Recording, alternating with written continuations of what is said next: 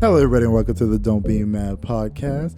Your weekly dose of a one, a two, a three homies kicking back, shooting the shit, and talking about what's been going on in our lives this week and what's been happening around the world. I'm your boy Lefty Lucky, aka Matthew, and I'm joined here as always with Jamali. Yeah. And Jason, how y'all doing? And guys, it is a beautiful Friday afternoon in June. The month is almost over. It's humid as hell, but we got the AC going, even though I got the bandana on. And we're going to start this the way we always do. How was your week? How's the mental health? How have you motherfuckers been? This man's on his phone. I don't react to motherfucker. That's not my name. Oh, I'm sorry, Jamali. That's right. Stapleton. How have you been? Put his whole government name out there? Yeah, Whole thing. If he won't respond to motherfucker, he'll put his government out there. You should address me as sir, motherfucker. Excuse me? You heard me. Excuse me? No, it's been a good week though. Did the week. Queen knight you? What? Did the Queen knight you? My mama did. That's my queen. Did Rihanna knight your ass? No, she didn't. Hey, you don't know about that. Oh man. Nah, man, it's been a blessed week. Can't complain. Yeah, Love man. the rainy days.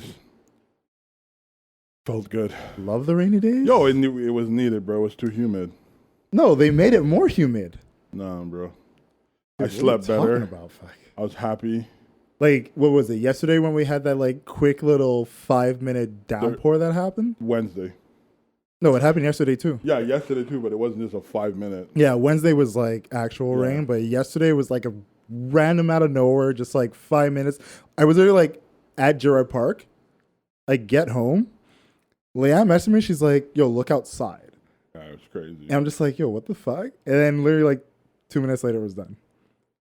It was needed, man. Fucking Montreal weather, man. Makes absolutely no sense. Nothing in Montreal makes sense this summer. What about you, Jason? How's the week? How's the health? How's everything been? Health is okay. Week is good. Yeah? I don't know what's been new. I haven't been doing anything. Been laying low, just working. Saving money to move out. That's the goal.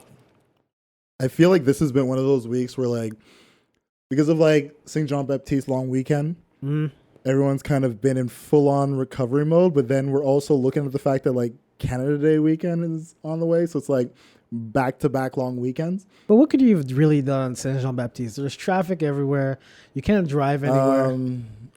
I mean, I could tell you some things, but No, you could drink at home and all that stuff, but it's like I'm not going to be very actually specific on the But to actually do something like to have activities around Montreal is not really with a whole bunch of stuff going. Yeah, you can have things get together and all that stuff, but I'll tell you this. then again, you can't do nothing. I had something to do on Friday, Saturday, and Sunday, and then Monday was a full day of wishing I hadn't done things on Friday, Saturday, and Sunday. What, picnic again? Oh, that's always a good time. There you go. You went to the beach club on Sunday? No beach club. Dude, it's too far, man. I don't know. It's too You'll far. be hitting up all these festivities, bro. Yeah, because, I mean, wintertime, I stay home. I do absolutely nothing with my fucking life outside of, like, maybe go to a friend's place who's, like, a walk away or have people come over my place. But outside of that, it's like, what do you do in winter? It's fucking cold. Like, you don't want to deal with the winds and the snow and all that shit. So when summer comes along, like, I want to see people. I want to hang out with people. Let's go out for drinks. Let's chill in a park. Oh, look at you. Let's be social. I'm antisocial. And, like, I feel like last weekend was a good weekend for that. Like, we had some of the most incredible weather we've had for, like, a 3-day stretch in a very long time. And, yes, there were plenty of things to do. Maybe you didn't know, but I knew, and I was out and about enjoying myself. I know, I saw you. I went to Moonshine, which is always a good fucking time. Went to Picnic, which is a good fucking time. What did I do Friday night? Who overdosed at picnic? What? No I'm one. just asking. No one overdosed Who at overdosed? Picnic. Somebody overdosed? I'm just asking. No, don't listen to him. No one overdosed at I'm Picnic. just asking if someone overdosed. No one overdosed Has someone at ever Picnic. overdosed? Yeah, someone died there. It's probably happened before, but dude, these days, like, People die everywhere. it's not one of those situations where it's like, oh, you're on the floor choking on your tongue, like, we're gonna step over you. It's not like that, man. It's not like that. It's not that type of place, dude. There's cops everywhere there. Like, Wasn't that dude found in the water who was like from Ottawa or something like that? dude? You know how long ago that was? That was like 2 years ago. No, it was longer than that. I don't think it was that long. Yeah, way longer than that. Yeah, but you can't put the blame on Yeah, and the that's place. just It's somebody's poor if decision. you're too drunk or too high and you end up jumping in the fucking water. I mean, you can't blame the event for that. No. That's you just Being taking dumb. this a bit too far. Like, the thing about picnic that's nice, it's like it's daytime partying, drinking. You're around a bunch of people who are just out there to enjoy the exact same things as you, which is good music, good vibes, good people, and good alcohol. And like anything in life, like, you can get people who overdose in a fucking club the same way they can overdose in a bar, but you go out there to have a good time. If you're going to be excessive and not protect yourself and not make sure that you're not going beyond your limits, that's on you. That's not on the venue or the people around.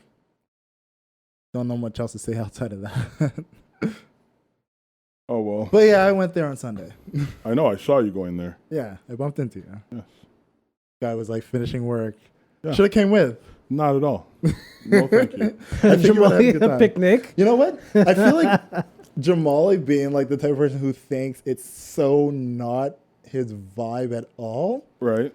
You would go there and be surprised that I never said it was bad. I never said I wouldn't enjoy no, I'm myself. not saying that's what you're saying. I've never said I wouldn't enjoy myself. I just Yeah. choose not to go. There's a difference. But that's what I mean. Like, I feel like if you were to actually go, you would realize Bro, if I'm going to spend $20, I would have much fun on my $20 fucking allowed better. me. I am not going. No. fucking better. Fuck out of here. No. Yeah, no, it's like it's one of those places where when you're there and you meet people and you realize maybe you had something built in your head as what it is, but No, I know. The It's so much better preconceived than notion. To me, it's just a place that people play house and techno music, bro. That's exactly what it is. well, no, main It's stage exactly will what it always be is. house, and I mean, I fucking love house, so who cares? But I don't mind house. second stage, dude, like, you know what? The next I don't listen time to there's that. like, let's say like someone like Bambi or Shada Kiss are playing there, or actually, I should have brought you last week because Tommy Cruise was playing, and like he does like, you should have brought me. What am I, a kid? dude, I should have been like, yo, fuck going home, come with.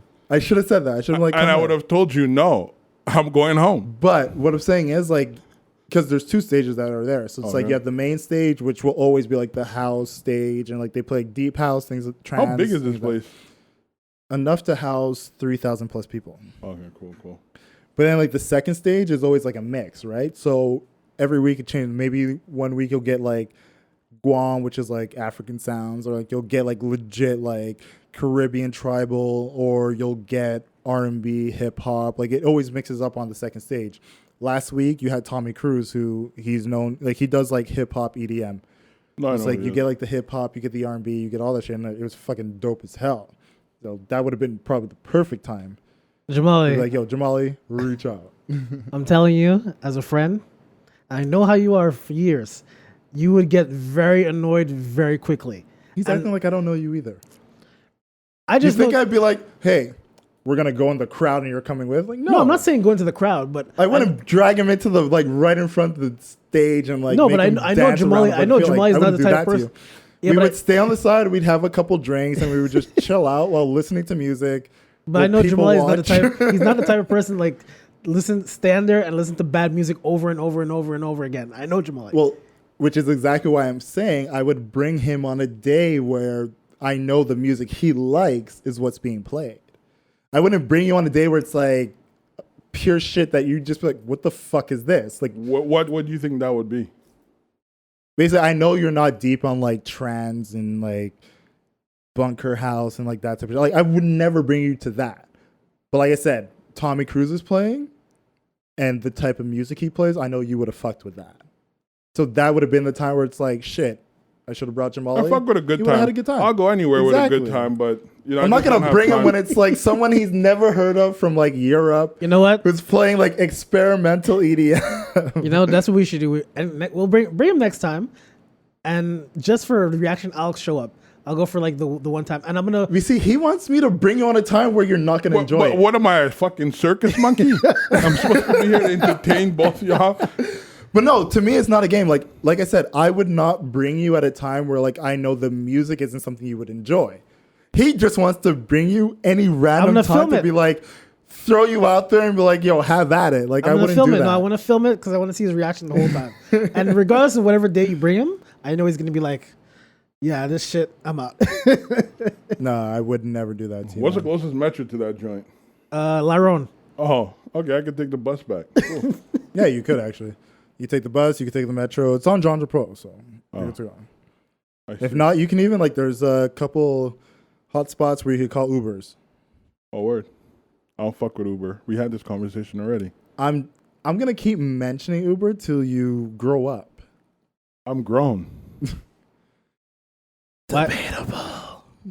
What? I don't know. What is debatable? Him and his not using Ubers. I don't.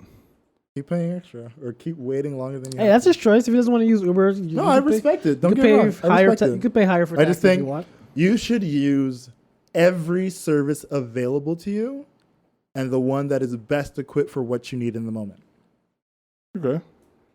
And as a consumer, I have the right to choose. Yes, you do. So I choose what I want. Yes, you do. Thank you. So you can choose to stand there while I call an Uber and I get the fuck out of there. And you wait for however fucking long. Not much else outside of that. All right. We'll see how long that lasts. Jason, Jamali, what's on your mind, guys? Nothing. Nothing's on your mind, man? So this is going to be a short episode, guys. This is No, great. it's not going to be a short episode. It's not- Well, I'm glad of my only Dude, you were mind. like talking about a bunch of topics you wanted to bring up beforehand. Oh, well, I don't know where you guys trying to go, so I don't want to go. No, just saying, like, what's on your mind, man? Well, nothing really. I spoke to you about the whole that baby story, which is kind of fucked up. How about you? the baby enlighten found the in audience. the baby So, found in the The baby found in the forest in the garbage bag in Yeah. Georgia, and they finally located the mother. The baby's healthy, alive, and well. How crazy is that though?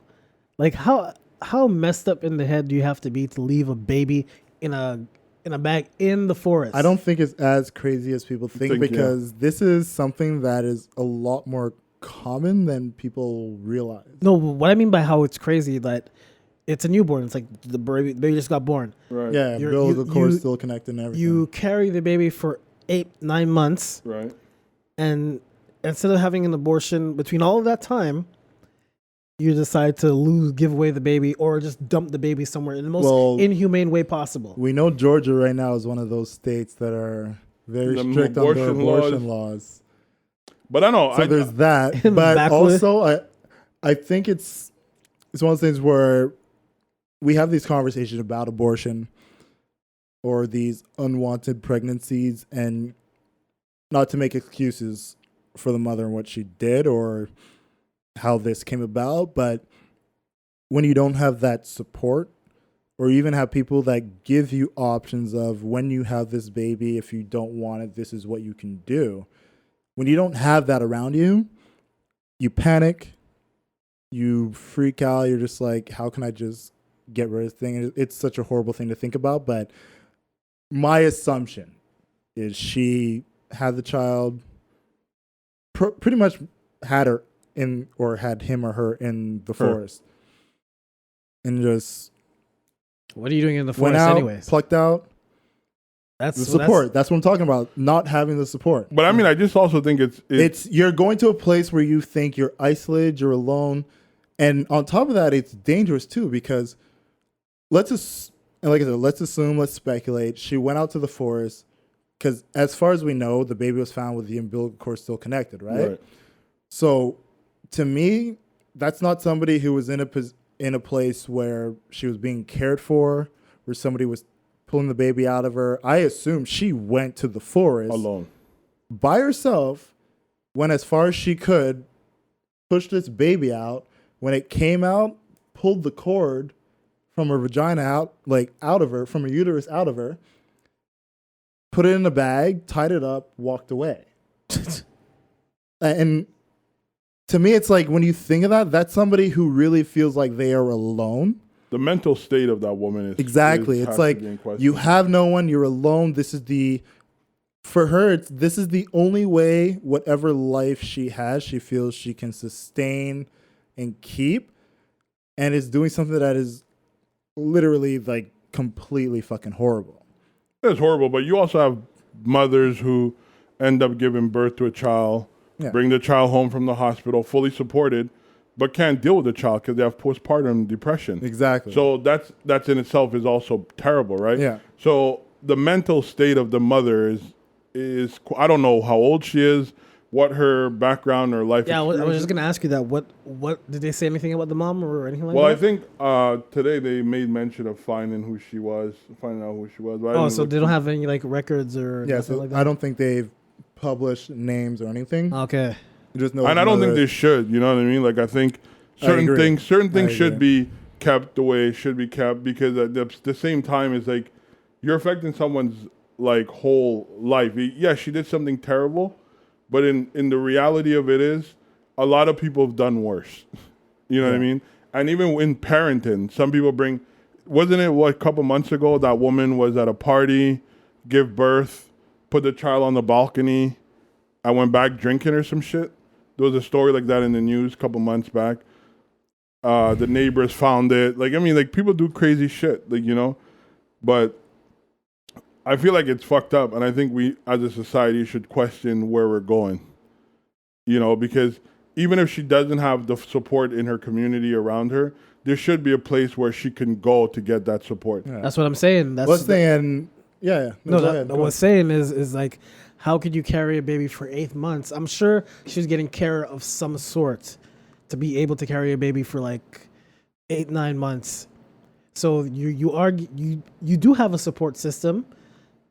It's just that I don't know the reason why it wasn't utilized at that time when you're having a kid. I don't want to jump on a limb and say she did have one. The same way I'm not just full on saying she didn't.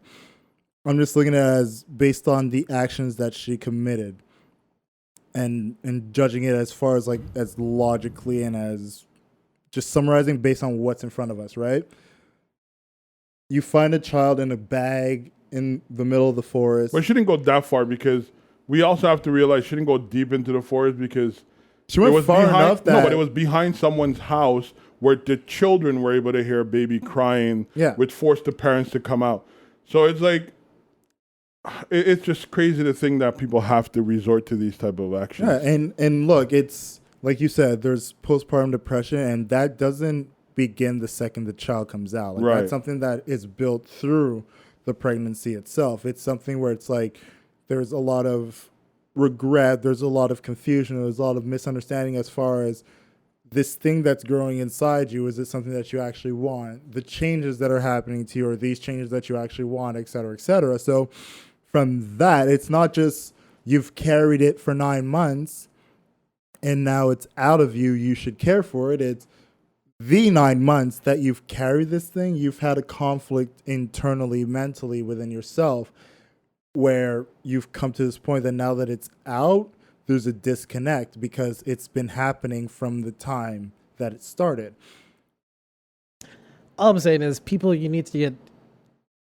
There are so many services in the world available to you. Please use them.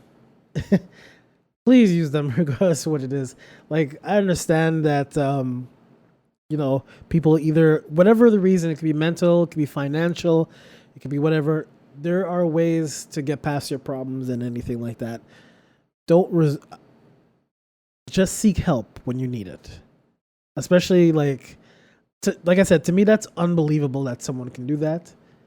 Then again, I'm not in that person's head, so I can't really give you a clear explanation to why she wanted to do that. But people have their reasons, and I guess when they speak with her and they analyze everything that she has to say, they'll come up with a reason. Jamal, is she like in they put in a psych ward or something like that, or they're holding her? Jamal, what happened? Are you listening? If she's in a psych ward? Yes. Nah, bro. Like, I don't know. Like, they just say they found her. Like, Yeah, it says, George, your mother sought doing. after hours. Old baby newborn was found in a plastic bag abandoned in woods. I'm sure at some point they would have some psychological evaluation done on her to determine whether or not, she's fully there. Clearly she's not. And I think, yeah, there's resources available to people. Like, we have to remember, like, we live in Canada, so we have a lot more abundance in terms of resources to help. Free resources.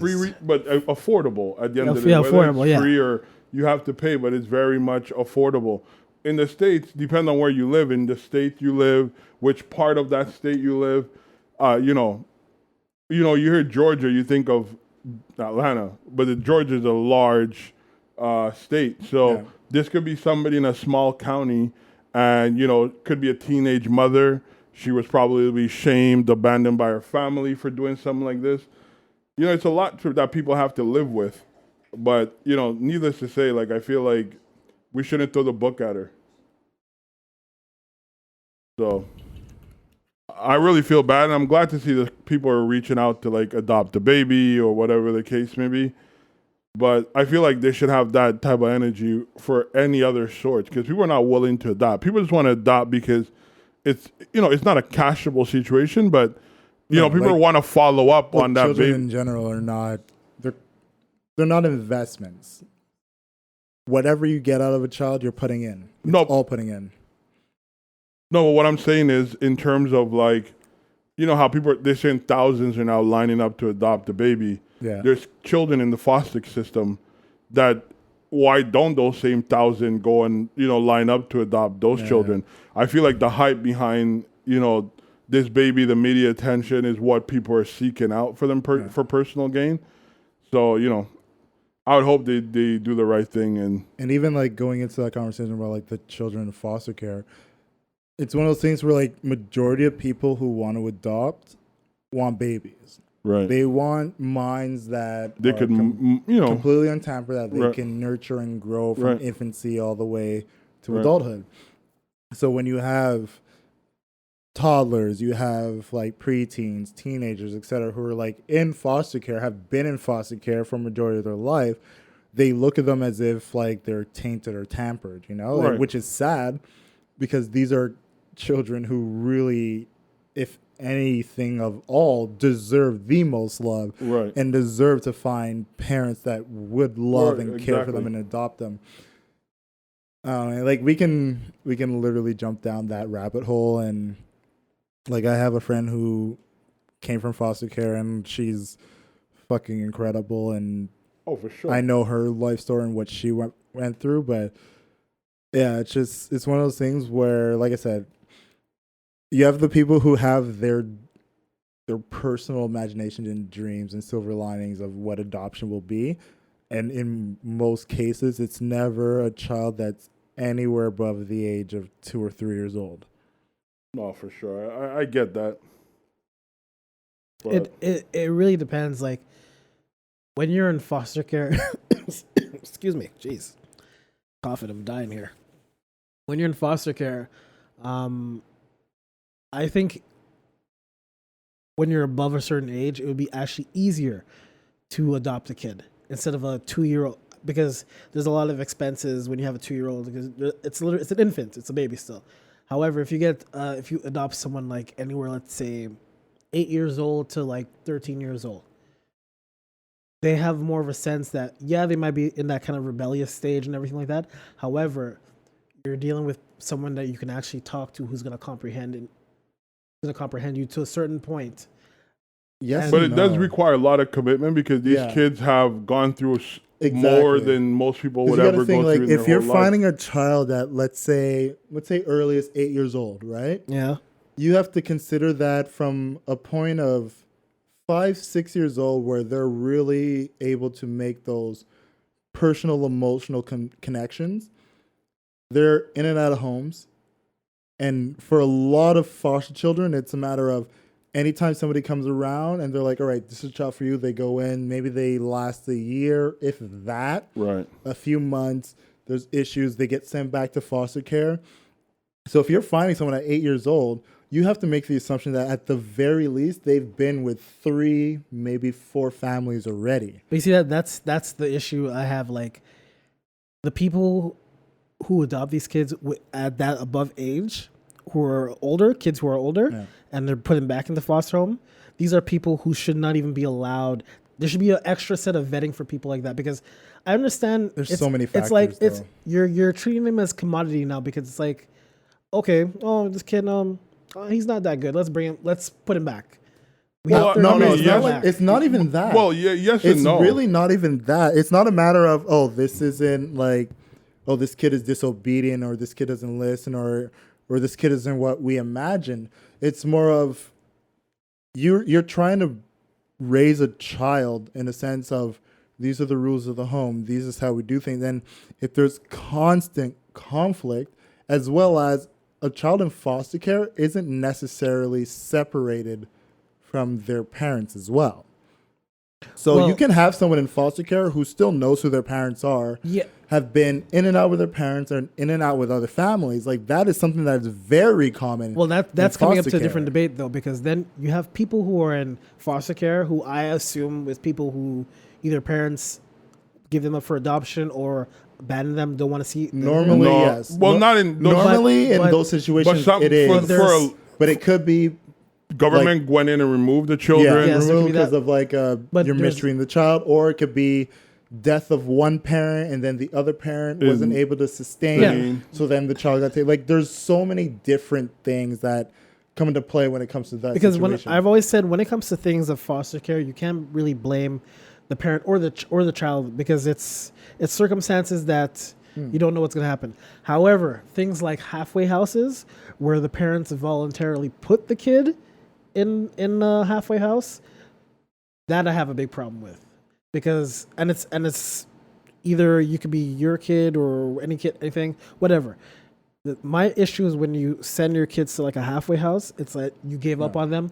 You guys deal with them because we don't want to deal with them right now. And I'm sure anyone in Montreal has seen that there's been disappearance of young girls 13 to 16 from halfway houses, a whole bunch of trafficking.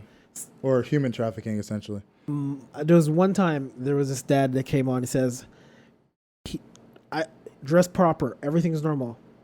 I'm like, okay. He seems concerned. He's asking where his daughter is. She said, oh, she left the halfway house. I'm like, you're coming on TV right now. Dress proper. Someone who looks like who has money. But your daughter's in a halfway house. I don't know your situation.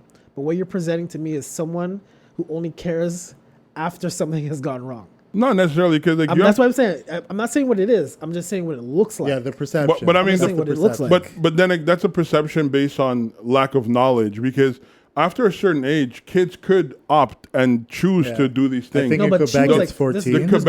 Quebec gave them that right. This kid was like 13. 14, yeah, around that age. Was like 13. Right. They're allowed to make those decisions. They could literally go to the government and be like, my dad or mom is not taking care of me. I want out. Yeah. And now the father or the mother have to fight for their child back. So in a way, it could be very well that girl wants to have her own way. Her parents are trying to raise her a proper way. And she's like, yo, I have that right. Boom. She goes to school. Oh, you're right. I'm not saying She alerts whoever, the social worker at the school. They don't do whatever they have to do. They get her placed into a temporary home, so to speak. And then this is what happened. So yes, obviously it's fucked up because, the guy comes off as a clean-cut person, probably come from educated, money. But even that, like, those are resources that are there. I just think people mismanage those resources. And people do a lot of fucked up things. Like, I know situations that I could talk about personally that I've seen household get ravaged by social workers, bro. Oh yeah. Ravaged. And then it's like your kid like end up like on the street at 18 by themselves, don't know shit. And that's a circumstance that you can't help. That's one of the circumstances. I'm sure Christina's here, but she's not on camera. But we were watching an episode of Dr. Phil where this guy he was just having kids, but he was giving the kids away. He was sending them to foster care or whatever for money. So just having a whole bunch of kids, not taking care of them, but giving them away and taking the money that came with them. I was like...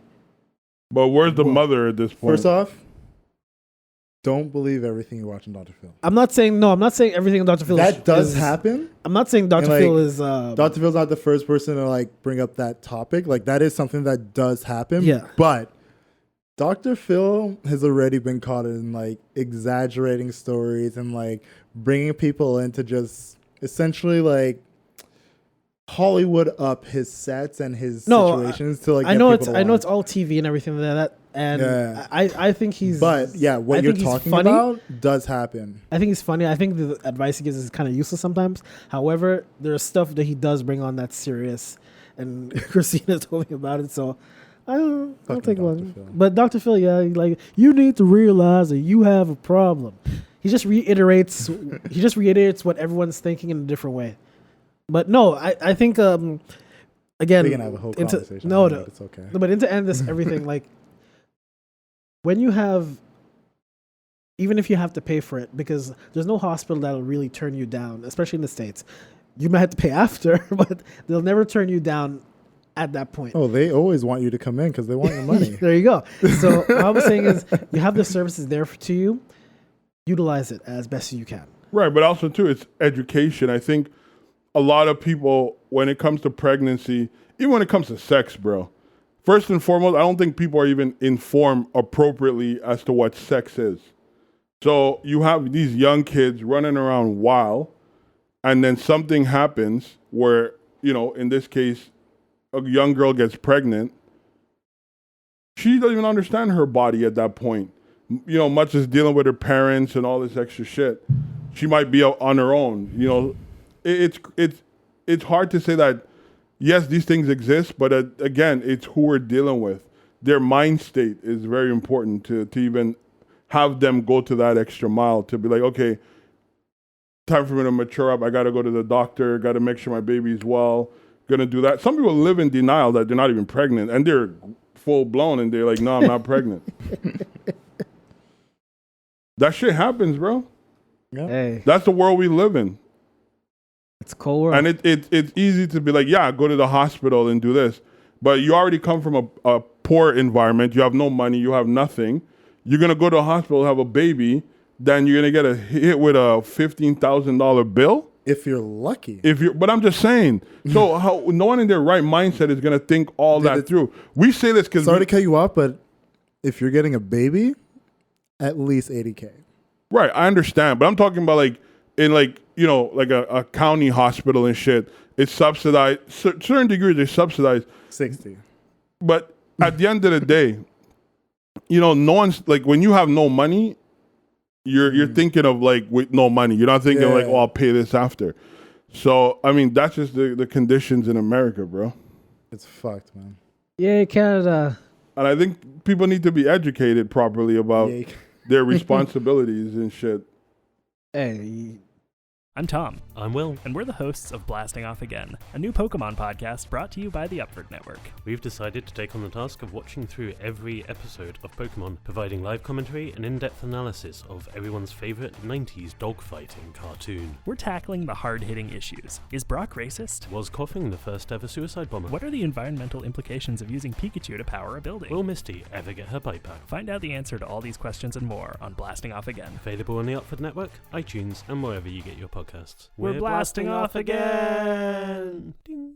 Hi, I'm Tefera Jemian, one of the hosts of Yeah, a podcast on the Upford Network. We're talking about young adult literature, reviewing new releases, revisiting old classics, and exploring what the YA genre can teach us at any age. Join me and my co-host Hannah Bailey as we talk about friendships, dating, family relationships, sexuality, experiences of queerness, body politics, and more through the lens of our favorite YA novels as well as books we're just discovering. The Yeah Podcast, available through the Upford Network and on Apple Podcasts, Stitcher, SoundCloud, and wherever else you find your podcasts. This is our book club, and you're invited.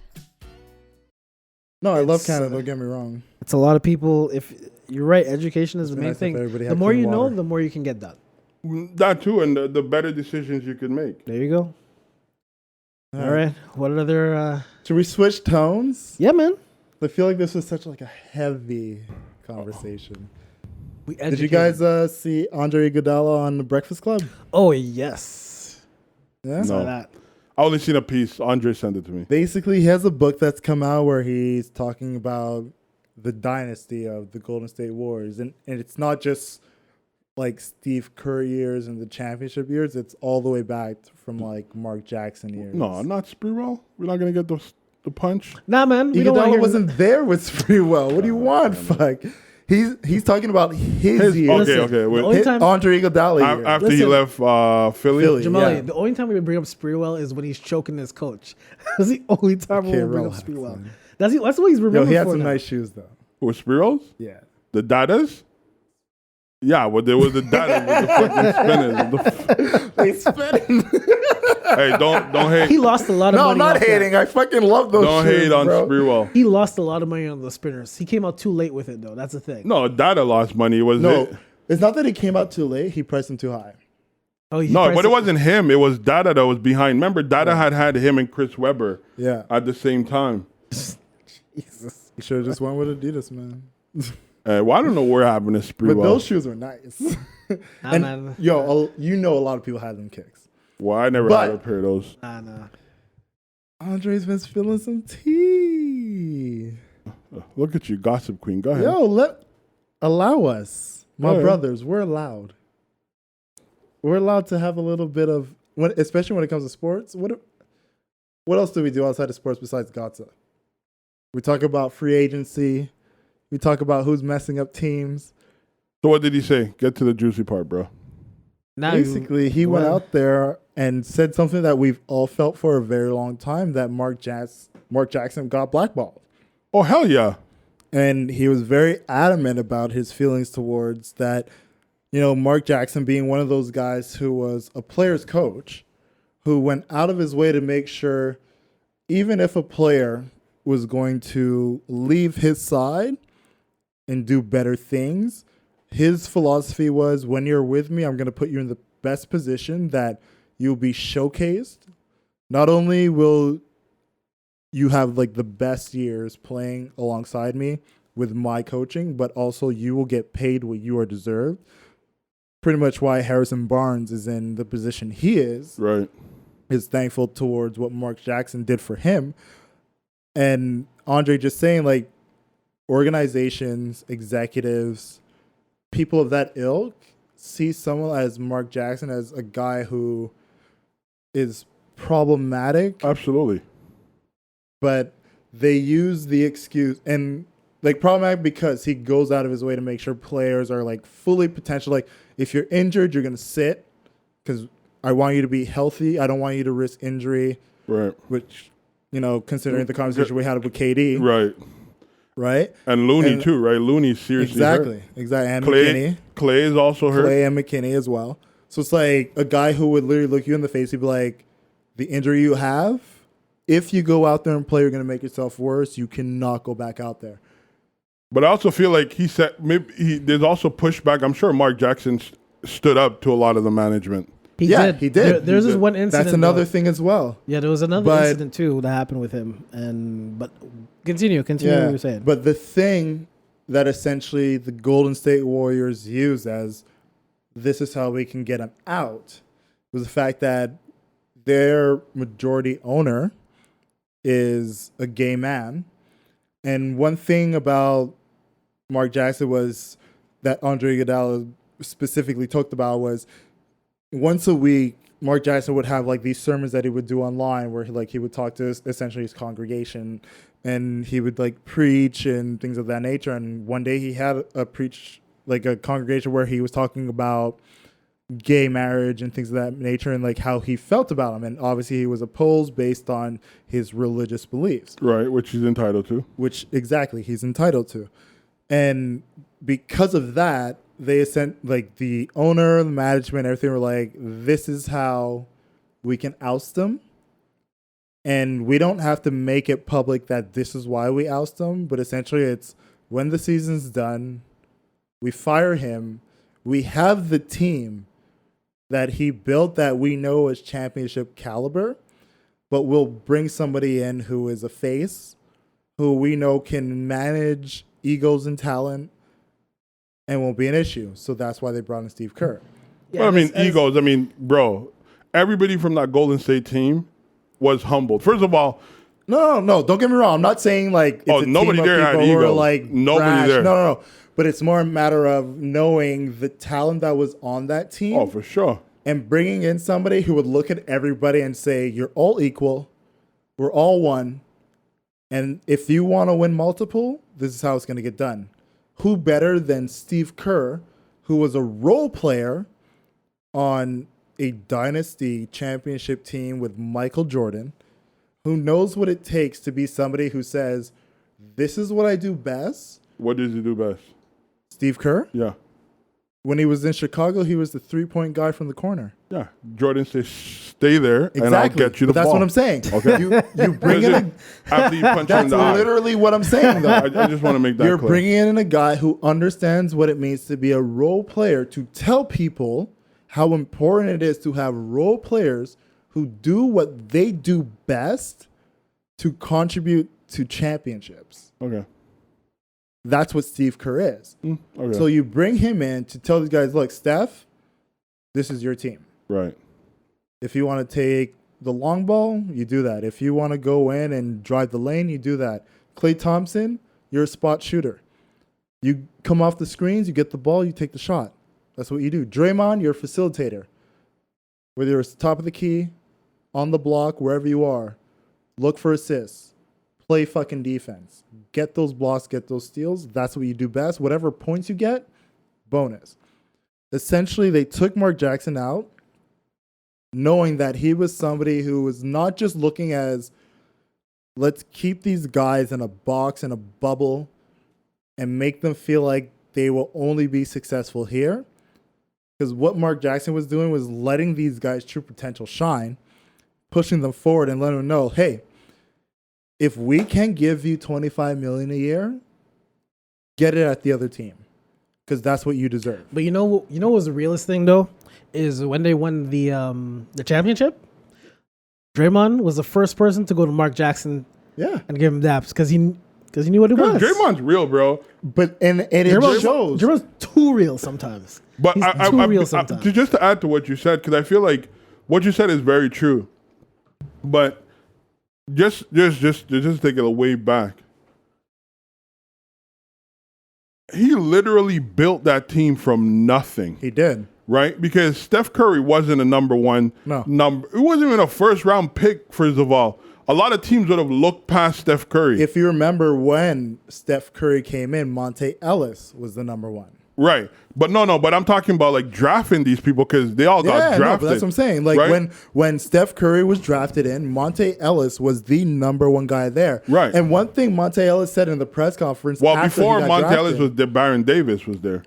Yeah, no. Baron Davis was there. So. But what I'm saying is like Blew up his when knee, Monte that's Ellis happened. was there, he was the number one guy, and then they drafted Steph Curry. Monte Ellis, in one of the first pressers after Steph got drafted, he said, "Straight up, we can't play together." And although at the time a lot of people took it as like a slight, it was more of where the NBA was at that time, where it's like Monte Ellis is a point guard, right, and he's a small point guard, right.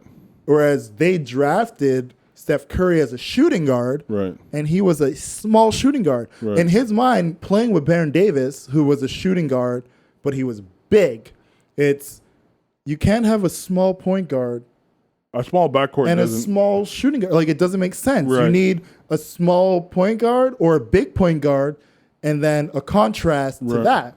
So in his head, he's looking at where the NBA was at the time, and he said straight up, this makes no sense. But Mark Jackson looked at it and was like, if I can check Monte's ego and understand you're a great shooter, Steph is a great shooter, you're going to be a great backcourt.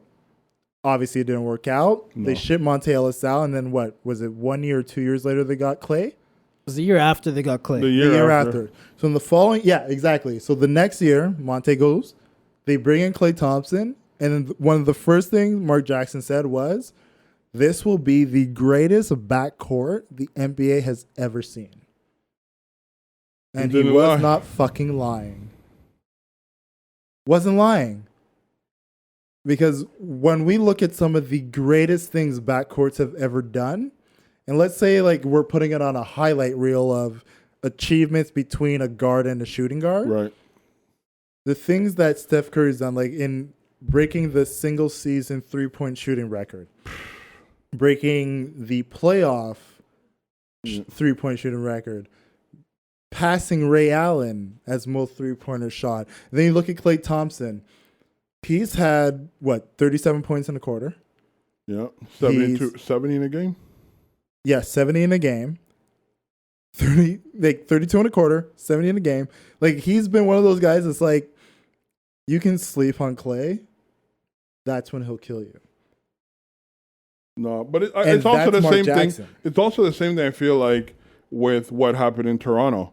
I feel like, they put together a great team. Yeah. And, they got dealt with, you know what I mean, with LeBron. But I think I forgot his name now. What was the coach of Toronto? Dwayne Casey? Dwayne Casey had stayed. They would have still won the championship. If they had Kawhi, yes. Yes. Yeah. You know what I mean? Like, but it's like now Nick Nurse is now looked upon as like this great coach. And when he came with all these pieces already there. Fucking crazy, because people seem to forget that Nick Nurse was in the coaching staff alongside Dwayne Casey. Yeah. So a lot of things that have been happening with this team, if you look at last season when Dwayne Casey was there and the way they played, not much of a difference. No, not at all. They just got a better player. They just got an extra. They got a guy that they knew was a solidified sure shot, who is a lockdown shooter and can hit his fucking jumpers when we need him to hit his jumpers. Not only that, he comes with years of experience, playoff experience. Yes. And a championship already. Right. And that is a credit to Pop. Say what you want to say, that's a credit to Pop. Right. Because I look at DeRozan, the biggest problem that we had with DeRozan and Kyle Lowry was the fact that when it came to playoffs, when it came to big games, they didn't fucking show up. There were a few games in this playoffs where Kyle Lowry didn't show up, but Kawhi, he knows his role. He knows what he does well. He doesn't reach beyond. That is something that we've seen anybody who's played with Popovich have been in that string where it's, this is what you do well. And this is what you keep perfect doing. It. Yep. Make sure you do this well all the time. And then anything else you do is extra. But it goes to the it goes to the fact that the NBA right now, it's not even about coaching anymore. It's about the players. And I've said this when LeBron was with Cleveland. I'm saying you could put any coach you want on Cleveland, Ty Lue, whatever. He's most likely going to win the championship with whatever coach. And this is the reasons why I'm saying it'd probably be a mistake to hire that same coach again, because it's like Tyronn Lue? Yeah, because you're thinking, Tyronn Lue is a championship coach. He really isn't, because as soon as LeBron left, did he not win a championship with LeBron? No, with the Lakers. Wait, no. I'm talking about the player. I don't do asterisks. I am not one. I do not do asterisks. Is Tyronn Lue a championship coach? A one championship coach, yes. So he's a championship coach. But all I'm saying is, without LeBron, you got to win the 82 plus what? 4. No, at least 16. Yeah, but 16. you can't go from when the only change is one player and you go from first to last. That's not the coach. That's you have to that's win a player. 82 plus 16. But why would you not give him credit for that? I'm not saying he wasn't part. It wasn't a part of it, but I'm to insinuate that it's because of him that. But look, he's a majority part of the championship. Let me ask you a question. Wait. You doing something like that is why people feel they can do the same thing with the Raptors, where it's like, yeah, but you know what? KD wasn't there. Clay got hurt. But these are people on the court. I'm talking about Looney got these hurt. are people on the court. I'm talking about the question. It's the same asterisk mentality, and fuck that Eric shit. Spoelstra is not a championship coach? Eric Spoelstra? Yeah. Yes, because he won. He is a championship coach. Right. Because he did it with a whole different set of different players. Where? When he won it with Shaq and Wade and with LeBron. He wasn't the coach then. No, he was not. You sure it wasn't Spoelstra? He was not the coach then. No. Are you sure? He only came when LeBron was. When LeBron, he came in with LeBron. So was it Riley was the coach at that time? Pat Riley was the GM. Riley was the GM. I can't remember who the coach was, but it was not Spoelstra. It wasn't Spoelstra. But I would still have Spoelstra ahead of Tyronn Lue. Why? When LeBron left, they went to the bottom. Yeah, but they weren't dead last. Bottom. Of course not. You still had Cleveland? No, I'm talking about the Heat now. When LeBron showed up, the Heat they were down. They were in the basement because Shaq left. Wade was still there, but they were down. They were fighting for. But I'm talking about. I don't even think they got it that year. I'm talking about since LeBron left, They've made the playoffs a couple times, and they've Once. I don't think they've made it once. When LeBron left, they were last place. I think either the second or third year after he was gone, they made the playoffs, and they made it as an 8th seed. Yeah, and that was only because Hassan Whiteside came in the year when they gave him the 10-day, it was that year. The 10-day contract, and Before then they signed him Embiid after. exposed him and showed that he ain't got no left. But it goes to my point of saying that don't put too much emphasis on the coach. Yes, the coach is a part of it, but I would say 70% is still the players. So you think Michael Jordan would have had all those rings if it wasn't for Phil Jackson's coaching ability? I was gonna say, you brought up Phil. I was gonna bring up Pop. Even Popovich. But I don't think Tim Duncan gets his 5 without Pop. No, absolutely not. And look, you can say what you want about Tyronn Lue and being like, oh, he had LeBron. Look, let's say Doc I look Rivers. at LeBron as the same way I look at someone like Chauncey Billups, the same way I look at someone like Tim Duncan, Right. the same way I look at someone like Rip Hamilton. Of course. These are guys who are so knowledgeable in basketball, Right. that they are on-court coaches. Rasheed Wallace. Do you need a better one? Rasheed Wallace is another one. Kevin Garnett is another one. Like Paul Pierce. there are guys that when they are on the court, if you're doing something wrong, the coach doesn't have to tell you. I can tell you, and you're gonna be like, "You're absolutely fucking right." Or I yell back. You can yell back, but you'll know they're fucking right. Well, I mean, it's that simple, right? So, like, when I look at somebody like LeBron, yeah, you're one of those guys who you have shown us over the years you have basketball IQ. You are somebody who could be like, you need to be on the fucking block. If you're not there, we can't transition well. We can't get the open looks. We can't get Korver to get his fucking 3. We can't get JR to get his fucking 3. You can't get me to make a cut because you're not on the block. If you're sitting at the key, what the fuck do you think is going to happen? Everything's fine. Clogging the lane, bro. Having an on-court coach is not a bad thing. Derek Fisher was the on-court coach for the Lakers. Not only that, even when they went to the finals with KD and them, he was on that team too. Yeah.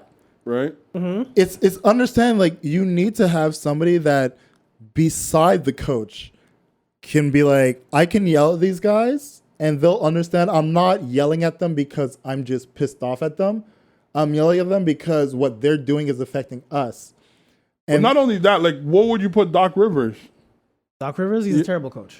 No, but is he not a championship coach? Doc Rivers is a terrible coach. I've never seen a coach have so much talent, Doc, do so less with his talents. Wait, hold up. No, you can't say that. Doc Rivers this year had a team that everybody said was going to tank. It was going to be shit and wasn't going to go anywhere. And they made the playoffs. All right, and they lost in 6 games. What's your point? It's the Clippers. But the point is, he was given a roster and they looked at it like, there's nothing you can do with this. Just go out there and play. Whatever happens, happens. And he took them to the playoffs. He's done less with more talent. Bro, there's worse coach than what? This is my problem with Doc Rivers. And I've always said this. Another championship coach, by the way. This is my problem with Doc Rivers. I've always had a problem with this. He's one of those coaches that's been given, throughout the years, he's been given an enormous amount of talent. Like, name top them. 10 talent. The whole Clippers team with DeAndre Jordan, Blake Griffin, Chris not Paul. talented. Are you kidding me, dog? Bro, what the fuck other than Chris Paul? Who was talented on that Chris Paul, team? Blake Griffin, DeAndre Jordan. They were beating everyone. No, they were If no. we're talking about like the top 3 talents that he's ever worked with in LA, the Clippers. The top 3 he's had. And Chris Paul, Yeah. Blake Griffin, Right. DeAndre Jordan. You guys are wrong. Those are the top 3. Not at all. It will be Chris Paul, Jamal Crawford. Let's be No. Stop it. Look, Stop it. let me tell you something. I fuck with Jamal Crawford. Jamal Crawford's bad, but he's a 6-man. He's a 6-man. Bro, dog. He's first of not a all, starter. Blake Griffin.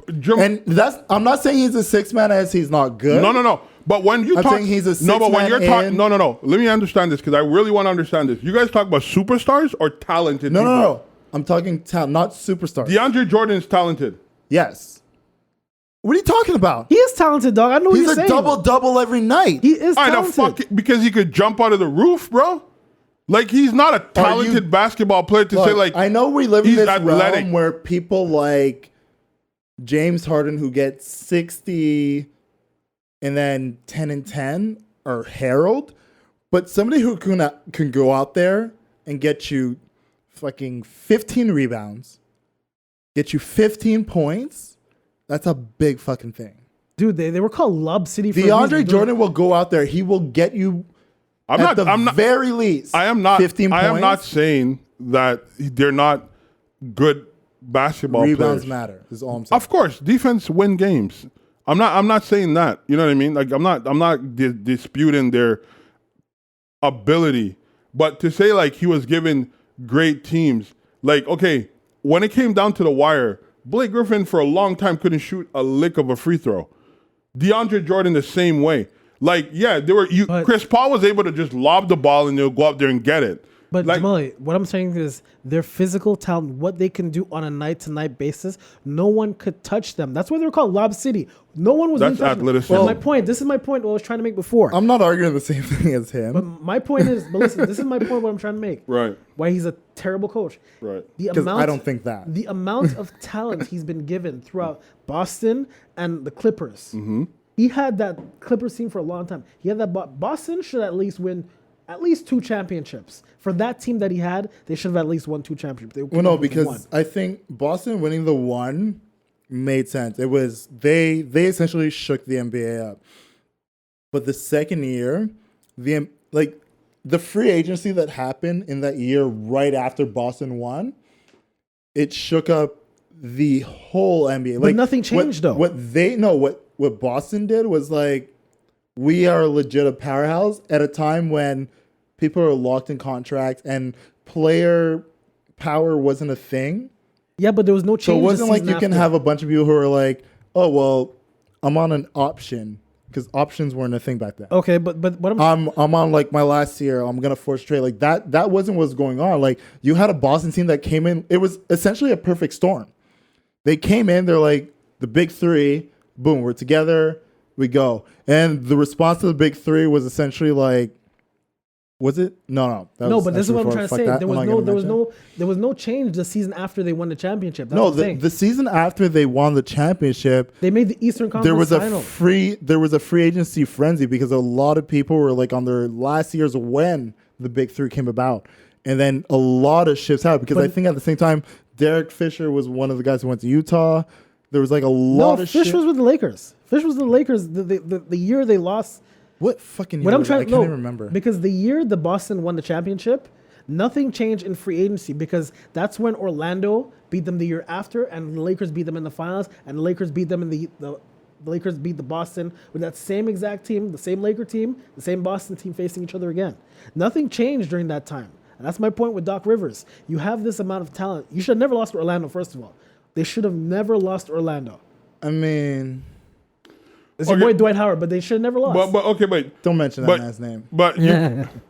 He's talented too, right? Based on your, he is talented. Dwight Howard is talented, but he's talented. Bad. Where? I don't see it. Where DeAndre is. He just is like where DeAndre is talented. I don't see it. They're as equally talented. Dwight Howard could go out and get you 50 rebounds. What? Where is he right now? I don't know where DeAndre is. Yeah. No. Where's DeAndre's Dwight? The Knicks. Where's Dwight? Them Knicks. Where's Dwight? With a dude. Charlotte, I think. Probably. With a dude getting his back rubbed. It is Pride Month, so have fun. No, but okay, hold on, because what you're talking to, like, I agree, but don't forget there was also the big three that happened in Detroit right after, or around the same time that was blossoming with Chancey Billups, Rip Hamilton, Ben Wallace, Rasheed Wallace was one of the big three. Oh no, that was like 4 years before. That was 4 years because Karl Malone and them people was still with the Lakers. Remember that when the Lakers lost? Yeah, so that was a couple years before. No, the reason why I say Doc, and let me get to the point where I'm saying with Doc Rivers. The reason I'm saying Doc Rivers is a terrible coach because he's been given talent, and I'm not talking just talent on the court, talent on the bench. He had Lawrence Frank, a 50+ win coach. He has the Knicks old coach. What's his name again? The ballhead dude. I forgot his name, but I know what you're talking about. Who was there with Carmelo and stuff? Yeah. Another 50-win dude. Woodson. Yes, Mike Woodson. another 50-win dude, and himself is a 50-win point coach. How are you with the Clippers? Can't even get past the second round. You've never been past the second round in franchise history. The Clippers, never. And you have this talent for 5-6 years, and you did nothing with it. But you also have to look at it too, because I mean, we could look at like, for example, George Karl had a fucking whole heap of talent on his bench, and never got past the first round. George Karl never got past the first round with the Nuggets. I know. And he had a whole plethora of bench and starters that with were... the Nuggets, though. George Karl's been past with other teams. With who? George Karl wasn't always with the Nuggets, was he? I think he was. He was Only with them for a Nuggets? long time, yeah. I don't think he was always with the Because he Nuggets, was there when Carmelo got drafted. Yeah, that I know. That I know he was there when Carmelo got drafted. But No. I'm just saying George Karl is another... If Doc Rivers won a championship, he cleared his goose. No. But what I'm saying about the thing with Doc Rivers got himself a championship and got his son paid. Yeah, but the thing Good for the him. thing with Doc I'm Rivers with that is shit.